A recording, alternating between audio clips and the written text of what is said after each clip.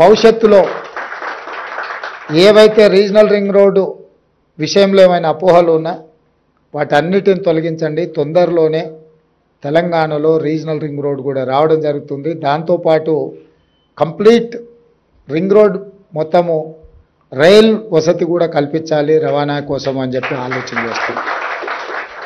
ఇదే కాకుండా మనకు పోర్టులు లేవు కాబట్టి డ్రై పోర్ట్ విధానం కూడా తీసుకురావాలనేది మా విధానం. ఇప్పటి వరకు హైదరాబాద్ నగరానికే మాస్టర్ ప్లాన్ తయారు చేస్తూ వచ్చిన గత ప్రభుత్వాలు. ఇప్పుడు మేము ఆలోచన చేస్తున్నాం, హైదరాబాద్ నగరానికే పరిమితం చేయదలుచుకోలేదు. తెలంగాణ మొత్తం ఒక నగరం లాంటిది. Almost more than 40% is urban area. So మన తెలంగాణ హైదరాబాద్కి ఎక్కడి నుంచి అయినా 2 గంటలలో 90% ఆఫ్ ద ఏరియాస్ మనం 2 గంటలలో రీచ్ అయిపోవచ్చు. ఎయిర్పోర్ట్ నుంచి అయితే హార్డ్లీ 1.5 అవర్లో maximum district headquarters reach అవ్వచ్చు, other than Khammam and Adilabad.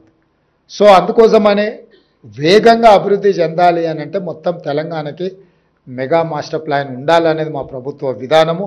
2050 mega master plan తెలంగాణకు ఆలోచన చేస్తున్నాము. Up to outer ring road వరకు ఉన్న inside of Hyderabad is urban Hyderabad, urban Telangana. Outer ring road to regional ring road వరకు ఉండే ఆ మధ్యలో ఉండే ప్రాంతం peri urban Telangana. Regional ring road to Telangana borders వరకు rural Telangana.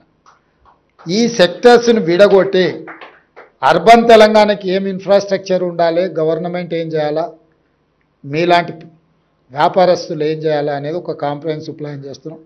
Regional ring road నుంచి ఔటర్ రింగ్ రోడ్ నుంచి రీజనల్ రింగ్ రోడ్ వరకు కొన్ని క్లస్టర్స్ చేసి ఆ క్లస్టర్స్ని అన్నిటిని కూడా సిటీల కింద డెవలప్ చేయాలని, కౌంటీస్ కింద. అంటే ఇప్పుడు మీకు చైనా పోయినప్పుడు ఇన్ఫ్రాస్ట్రక్చర్కి సంబంధించిన ఒక్కొక్క దగ్గర ఒక్కొక్క పెద్ద పెద్ద గాంజావు పోయినా ఇతర ప్రాంతాలు పోయినప్పుడు మీకు ఏం కావాలన్న ప్రపంచంలో ఉండే ప్రతి వస్తువు అక్కడ దొరుకుతుంది. అది ఫర్నిచర్ కావచ్చు, అదర్ ఇన్ఫ్రాస్ట్రక్చర్ మెటీరియల్ కావచ్చు, ఏది కావాలన్నా.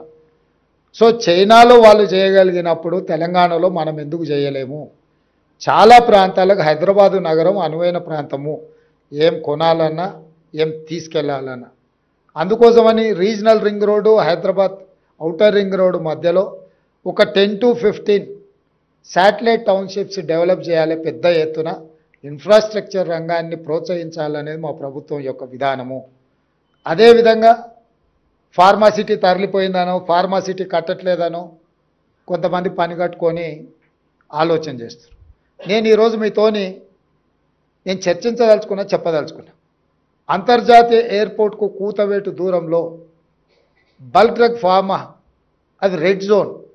అంటే బల్క్ డ్రగ్స్ అక్కడ పెడితే గ్రౌండ్ వాటర్ ఎయిర్ పొల్యూషన్తో నగరం యొక్క మనుగడనే ప్రమాదంలో పడే అవకాశం ఉంది. అంతర్జాతీయ ఎయిర్పోర్ట్ పక్కన, నెవార్క్ ఎయిర్పోర్ట్ పక్కన అట్లాంటి 1-2 కంపెనీలు ఉంటేనే వాళ్ళు అది అక్కడి నుంచి ఎక్కడికో షిఫ్ట్ చేయాల్సిన పరిస్థితి వచ్చింది, అమెరికా లాంటి నగరంలోనే.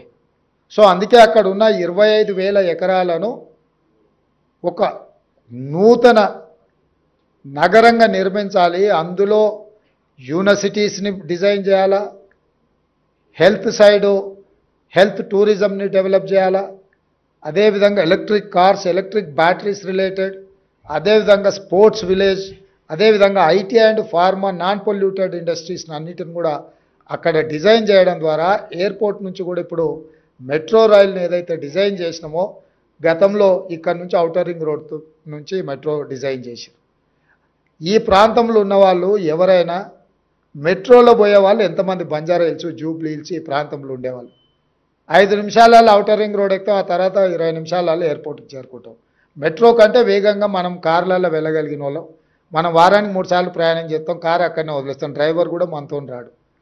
కానీ నిజంగా జనాలకు ఉపయోగపడేది మెట్రో. ఎక్కడైనా అంతర్జాతీయంగా ఈ మాస్ ట్రాన్స్పోర్టేషన్ అనేది చాలామంది ప్రయాణం చేయడానికి థిక్ హై డెన్సిటీ పాపులేషన్ ఉన్న ఏరియాల నిర్మాణం జరిగేది.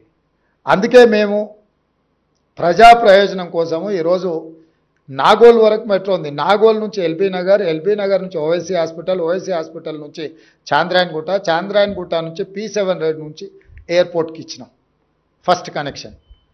ఎల్బీ నగర్ నుంచి హయత్ నగర్ వరకు మెట్రో కనెక్షన్ ఇచ్చినాం.